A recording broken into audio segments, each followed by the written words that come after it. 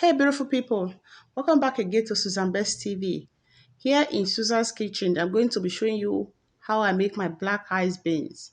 So, if you're interested to know how I make these beans, this simple and yummy beans, just watch this video to the end. And if you like what I'm doing here, guys, consider to subscribe and share my video. Thank you so much, guys.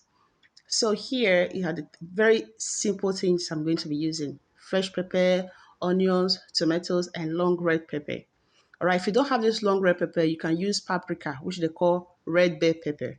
So, but this the one I have other one, but I prefer to use this one. So this is how. And another thing, I wash my beans with hot water. All right, I'm not going to cook it now. I'm just going to use the water to wash the beans. This is how I would like to wash my beans with hot water, you know. So because of if I don't do it this way, I have when I finish eating my beans, I have this heartburn. So when I wash it with hot water, I like to boil a little, like 10 to 20 minutes. I won't have heartburn eating beans. So here again, we are back after washing it. So now I'm going to be adding some of the things I'm going to be using to cook the beans, which is first I'm going to be adding onions. So after onions, I will be adding salt.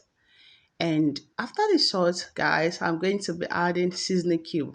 All right, you might be wondering, how is it not too early for seasoning cube? Guys, the reason I love to cook my beans from the start with seasoning cube is because I don't want my beans like I cook beans. I will just go out and go and doing something else. So my beans don't the water don't go up and start stealing my gas. So this is the little magic I use. When you put it, the beans will just be there. It won't stain your pot. All right, it won't go up. You look at it. You see the edge of the pot is very clean, and the beans almost done. So this is the reason I do that. So while my beans is cooking, I'm going to blend the other onions. I'm going to be adding to it, guys, because I like lots of onions. Okay, and the long pepper. Everything I've showed before is what I'm blending. I just slice them to pieces, and I love mush crayfish. I'm going to be using crayfish too, much of a lot of it.